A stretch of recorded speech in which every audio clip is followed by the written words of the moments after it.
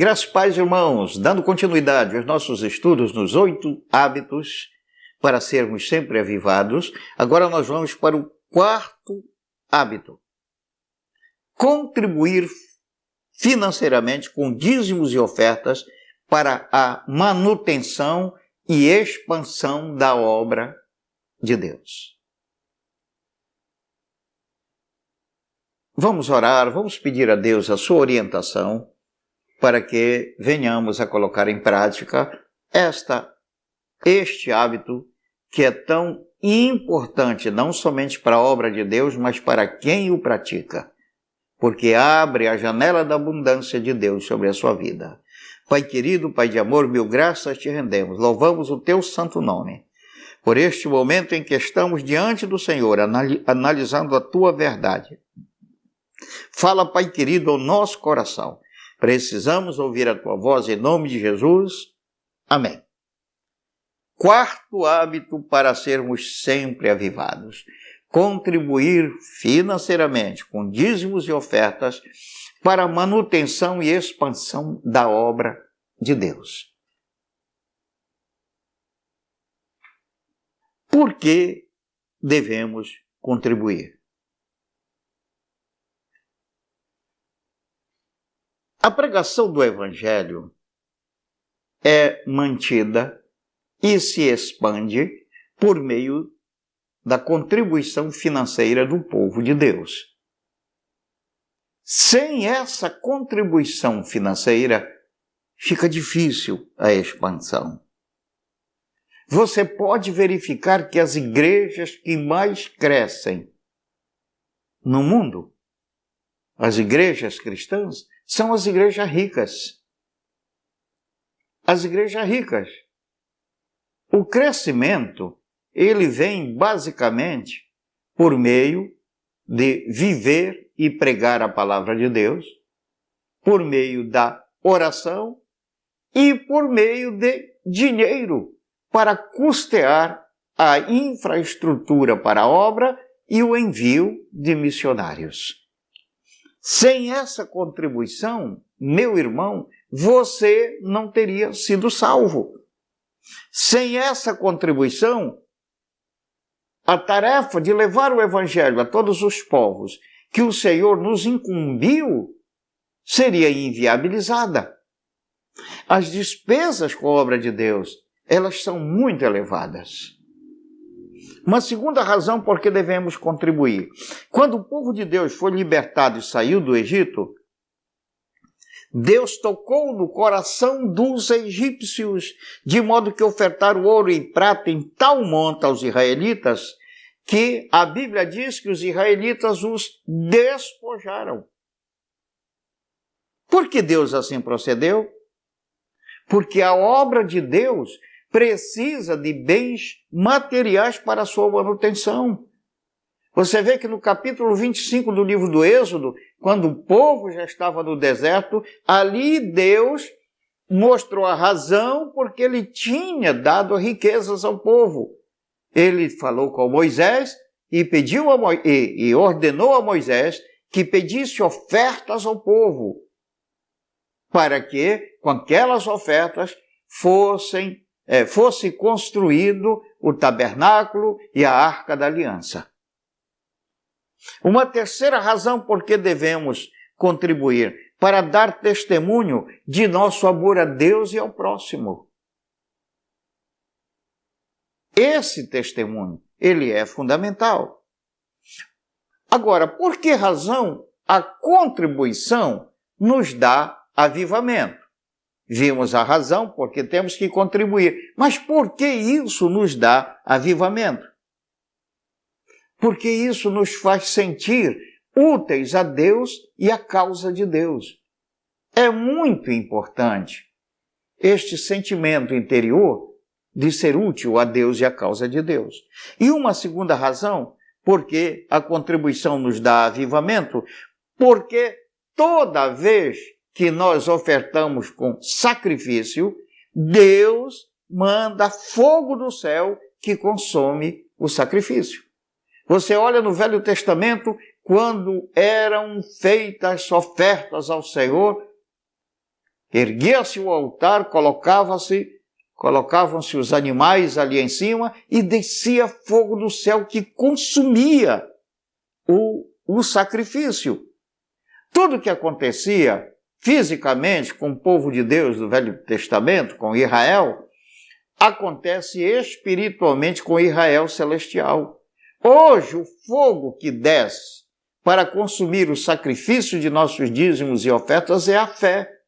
Quando você dizima e oferta, Deus te dá fé para que você conquiste aquilo que você está desejando e está tendo dificuldade de conseguir. Ao dizimar e ofertar, Deus te dá fé, vem fogo do céu. Por que a contribuição ainda nos dá avivamento? Vou te dar uma terceira razão. Porque nos faz participantes da obra de expansão do reino de Deus. Quando você contribui, você está tomando parte na obra da redentora do Senhor Jesus. Agora eu quero ver com você, analisar com você, a base bíblica da prosperidade para a prosperidade de origem divina. Porque muitas vezes estas coisas estão ligadas. Então, qual é a base bíblica para a prosperidade da origem divina? Primeiro, o crente é descendente de Abraão e herdeiro das promessas feitas pelo Senhor a Abraão. Isso é o que nos diz Gálatas, capítulo 3, versículo 29. E se sois de Cristo, sois descendentes de Abraão e herdeiros conforme a promessa. E Romanos 4,13 nos mostra a promessa que foi feita a Abraão. Uma promessa tremenda. Romanos 4,13 diz: não foi por intermédio da lei que a Abraão ou a sua descendência, entre esses descendentes, nós estamos incluídos, porque se sois de Cristo, sois descendentes de Abraão, diz Gálatas 3,29. Não foi por intermédio da lei que a Abraão ou a sua descendência coube a promessa de ser herdeiro do mundo, e sim mediante a justiça da fé. Herdeiro do mundo. Agora, qual é a parte do mundo que cabe a cada cristão? Suas circunstâncias. Ser feliz, ter paz, ter alegria, família harmoniosa, família boa, prosperidade financeira, tudo de bom e belo para uma vida alegre e feliz sobre a terra. Vida boa, perfeita e agradável. Nas palavras de Paulo, vida abundante nas palavras do Senhor Jesus. Então, o crente é descendente de Abraão e herdeiro das mesmas promessas que foram feitas a Abraão. Está na Bíblia. Ainda quero mostrar a você, aqui na carta aos Gálatas, no capítulo 3 ainda, nos versículos 13 e 14, Cristo nos resgatou da maldição da lei, fazendo-se Ele próprio maldição em nosso lugar, porque está escrito: maldito todo aquele que for pendurado em madeiro, para que a bênção de Abraão chegasse aos gentios em Jesus Cristo. Então, alguns falam que prosperidade financeira era apenas para o Israel terreno, não é para o Israel celestial. Mas não, nós fomos incluídos na bênção de Abraão. Aqui está, para que a bênção de Abraão chegasse aos gentios em Jesus Cristo, a fim de que recebêssemos pela fé o Espírito prometido. Essas bênçãos estão no Espírito, que é o Espírito de Deus, o Espírito Santo, Espírito de poder, de amor e de moderação. Uma segunda base bíblica para a prosperidade de origem divina: a aliança abraâmica. Eu disse porque nós éramos descendentes e somos herdeiros da promessa. Agora falo da aliança abraâmica, incluída na nova aliança, contempla a riqueza material. Contempla a riqueza material. Você vê Deuteronômio, capítulo 8, versículos 17 e 18, a palavra de Deus nos diz isso. Não digas, pois, no teu coração: a minha força e o poder do meu braço me adquiriram estas riquezas. Antes te lembrarás do Senhor teu Deus, porque é Ele o que te dá força, o que te dá poder, o que te dá unção, para adquirir riquezas, para confirmar a sua aliança, que sob juramento prometeu a teus pais, como hoje se vê, os pais Abraão, Isaque e Jacó. Mas nós fomos colocados na descendência de Abraão também. Então, riquezas nos são prometidas. Em Gênesis, capítulo 24, você também pode ver isso, no versículo 1. Era Abraão já idoso, bem avançado em anos, e o Senhor em tudo o havia abençoado. Versículo 35 diz assim: o Senhor tem abençoado muito ao meu senhor, ao senhor Isaque, e ele se tornou grande. Deu-lhe ovelhas e bois, e prata e ouro, e servos e servas, e camelos e jumentos. Então a aliança abraâmica contempla a riqueza material e nós fomos colocados também pelo Senhor Jesus na aliança abraâmica. Terceira base bíblica para a prosperidade de origem divina. Quem planta no reino de Deus colhe multiplicado. No Evangelho de Lucas, no capítulo 6 do Evangelho de Lucas, no versículo 38, a palavra do Senhor diz: dai e dar-se-vos-á, boa medida, recalcada, sacudida, transbordante, generosamente vos darão, porque com a medida com que tiverdes medido, vos medirão também. Então, quem planta no reino de Deus, colhe multiplicado. Na carta aos Gálatas, no capítulo 6, nos versículos 6 ao versículo 7, o apóstolo Paulo também diz estas palavras: mas aquele que está sendo instruído na palavra, faça participante de todas as coisas boas aquele que o instrui.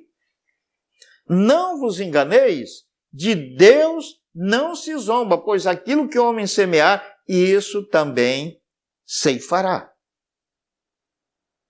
Na hora que o servo do Senhor te prega a palavra de Deus, Deus diz, faz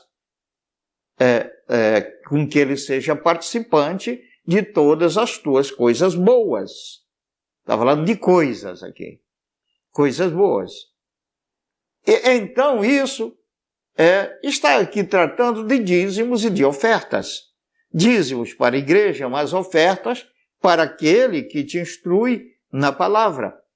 E então o Senhor diz, não vos enganeis, de Deus não se zomba, pois aquilo que o homem semear, isso também ceifará. Se você semeia naquele que está te abençoando com palavra, te dando orientações precisas que vão melhorar a sua vida, e isso você está plantando no reino dos céus e vai receber multiplicado. Mas se você está semeando ingratidão, então é isso que você vai colher também. Riqueza é também parte das bênçãos da salvação.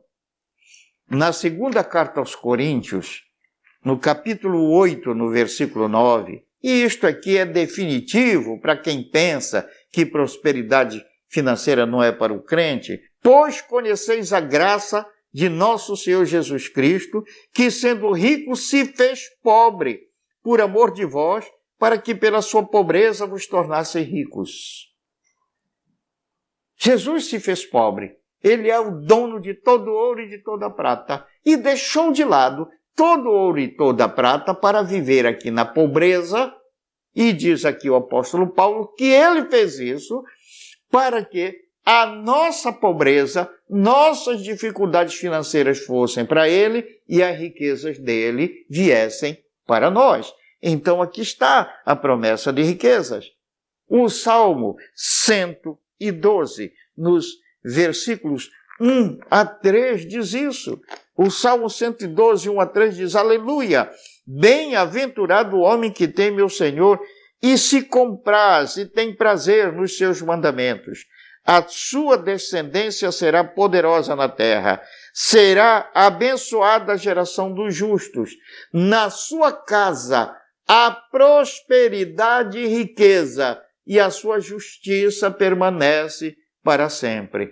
Agora, se você não crê que a riqueza é para você, então não vai vir, porque tudo no cristianismo funciona por fé. Não virá para você. Mas saiba que riqueza é parte das bênçãos da salvação. Um quinto item como base bíblica para a prosperidade é que Deus enriquece aquele que cuida da sua obra. Deus enriquece aquele que cuida da sua obra. No livro de Ageu, no capítulo 2, nos versículos 18 e 19, olha o que diz a santa palavra do Senhor. Considerai, eu vos rogo, desde este dia em diante, desde o 24º dia do mês 9, desde o dia em que se fundou o templo do Senhor. Considerai nessas coisas. Já não há semente no celeiro. Além disso, a videira, a figueira, a romeira e a oliveira não têm dado seus frutos, mas desde este dia vos abençoarei. De que dia estava falando? Do dia em que eles começaram a trabalhar na obra, contribuir na obra. Então Deus passou a enriquecê-los a partir dali. Veja o que diz Romanos, capítulo 8, no versículo 17.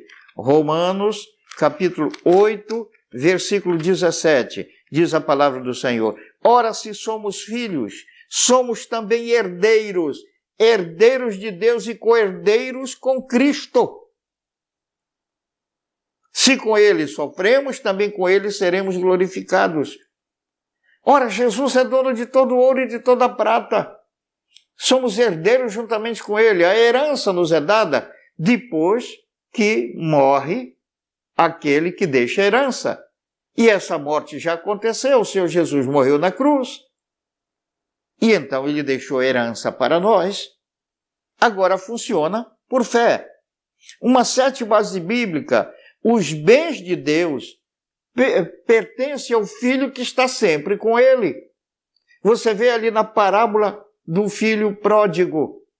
Aquele filho que pediu a sua herança, repartiu, metade para ele, a outra metade era do outro filho, e aquele apanhou logo a sua herança e saiu e jogou fora e dissipou, botou tudo fora por aí.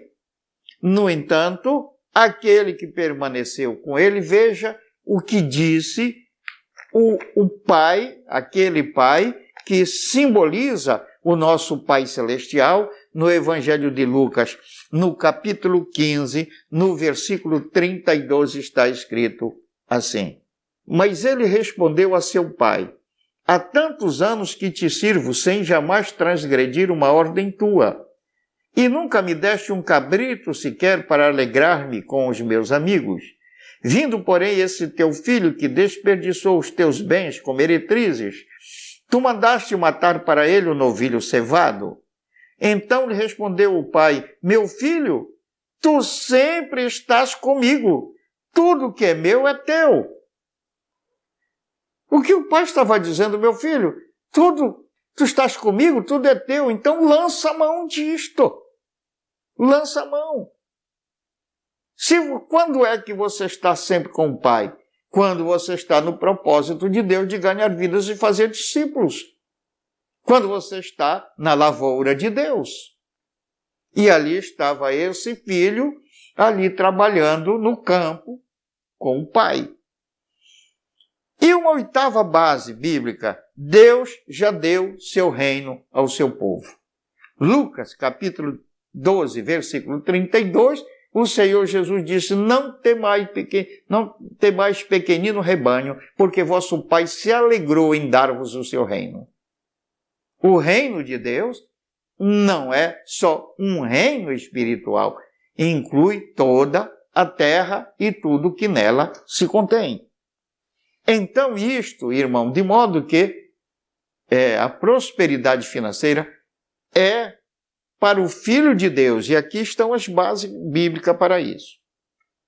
Em Gênesis, capítulo 28, versículos 20 a 22, e eu vou ler isso para você, fez também Jacó um voto dizendo: se Deus for comigo e me guardar nesta jornada que empreendo, e me der pão para comer e roupa que me vista, de maneira que eu volte em paz para a casa de meu pai, então o Senhor será o meu Deus, e a pedra que erigi por coluna será a casa de Deus, e de tudo quanto me concederes, certamente eu te darei o dízimo. Então, por meio do dízimo, este texto nos diz que o crente obtém presença de Deus. Não é que o dízimo salva você e faz a presença de Deus vir para você. Não é isso. É que o seu dízimo demonstra que você é salvo. Então, essa demonstração de fé, então, Deus está ali com você porque você demonstrou a sua fé. A presença de Deus vem para você. Por meio do dízimo, esse texto diz que há proteção contra o perigo. Você é protegido do perigo. E você não dizima, você não tem proteção do perigo, porque você não está dando a demonstração de fé de que você realmente é de Deus. Por meio do dízimo, o crente fiel também obtém alimentação e vestuário. Mas estas coisas, presença de Deus, proteção contra o perigo, alimentação e vestuário, isto é básico na vida dos filhos de Deus. Mas isso não é prosperidade. Isso não é riqueza, é apenas o básico. Para obter o enriquecimento, o crente deve assumir o cuidado responsável com o sustento da igreja, porque a igreja é a família de Deus. Veja Gênesis capítulo 30, vamos entender isso, dos versículos 25 em diante. Tendo Raquel dado à luz a José, disse Jacó a Labão: permite-me que eu volte ao meu lugar e à minha terra. Dá-me meus filhos e as mulheres pelas quais eu te servi e partirei, pois tu sabes quanto e de que maneira te servi. Labão lhe respondeu: ache eu mercê diante de ti, misericórdia diante de ti. Fica comigo. Tenho experimentado que o Senhor me abençoou por amor de ti. E disse ainda: fixa o teu salário que te pagarei. Disse-lhe Jacó: tu sabes como te venho servindo e como cuidei do teu gado, porque o pouco que tinhas antes da minha vinda foi aumentado grandemente, e o Senhor te abençoou por meu trabalho. Agora, pois, quando hei de eu trabalhar também por minha casa? Ele trabalhava para o Labão, e o Labão é que sustentava a casa de Jacó. E Jacó queria trabalhar para a casa dele, ele queria ser o provedor da família dele. E então, veja o que sucede no versículo 43, quando Jacó, então, entrou ali, num acerto com Labão, e ele decidiu trabalhar para a casa dele. Veja o que diz o versículo 43, o que sucedeu. E o homem Jacó, se tornou mais e mais rico, teve muitos rebanhos e servas e camelos e jumentos. Por quê? Porque ele passou a sustentar a família de Deus. A família de Deus naquela época era a família de Jacó. E hoje a família de Deus é a igreja. Então, quando nós, com toda responsabilidade, nos preocupamos em que nada falte à igreja e procuramos dar ofertas realmente significativas para o custeio da obra, então Deus vai nos enriquecer. Enriquecimento vem dessa maneira. A posse de bens terrenos aos quais temos direito devido à salvação é alcançada pelo exercício da fé. Dízimos e ofertas são práticas que demonstram a fé. Demonstram a fé. Demonstram que somos salvos. Quando Abraão levou seu dízimo para Melquisedeque, Abraão estava dando uma demonstração de reconhecimento de que sua vitória extraordinária com 318 homens contra mais de 100 mil guerreiros de 4 reis adversários, aquela vitória só poderia ter sido feita por Deus, dada por Deus. E como prova do seu reconhecimento, ele deu o dízimo. Melquisedeque trouxe-lhe vinho e pão, símbolo que era aliança. Deus ofereceu aliança. E Abraão demonstrou que ele estava aliançado com Deus, que ele confiava em Deus mediante o dízimo que ele deu. Então, queridos irmãos, este quarto hábito, ele é fundamental para uma vida abençoada sobre a terra. Dízimos e ofertas. E eu não sei se você já prestou atenção. O inimigo, o maligno, ele ataca mais essa questão do dízimo para inviabilizar a obra de Deus. E como ele sabe que a parte mais dolorida do corpo humano é o bolso, e que as pessoas querem um pezinho para não dizimar e ofertar, alguma coisa que justifique isso, porque em muitos corações o amor e o dinheiro é maior do que o amor a Deus, então as pessoas servem então de instrumento para o maligno, e o maligno espalha a sua mentira, seus fake news através aí da internet, falando mal dos pastores, porque os pastores enriquecem, e você vê que é uma promessa de Deus de enriquecimento para todos os filhos de Deus que se dedicarem com afinco à obra de Deus, ganhando vidas e fazendo discípulos.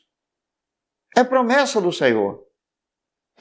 Então, veja, é para você também. Se você dizimar e ofertar, o Senhor vai te abençoar na medida com que você mede as necessidades do reino e se sacrifica por isso. Nessa medida o Senhor te abençoará. Fique com Deus. Eu te abençoo com uma vida de riquezas, de prosperidade financeira, para que tenhas para ti, para os teus e para a casa do Senhor. Amém. Se você gostou desse vídeo, deixe seu like, inscreva-se no canal, ative o sininho e compartilhe este vídeo. O link para o e-book Orientações Bíblicas Básicas está na descrição deste vídeo. Acesse e tenha uma ótima ferramenta para o fortalecimento na fé e no conhecimento das Sagradas Escrituras.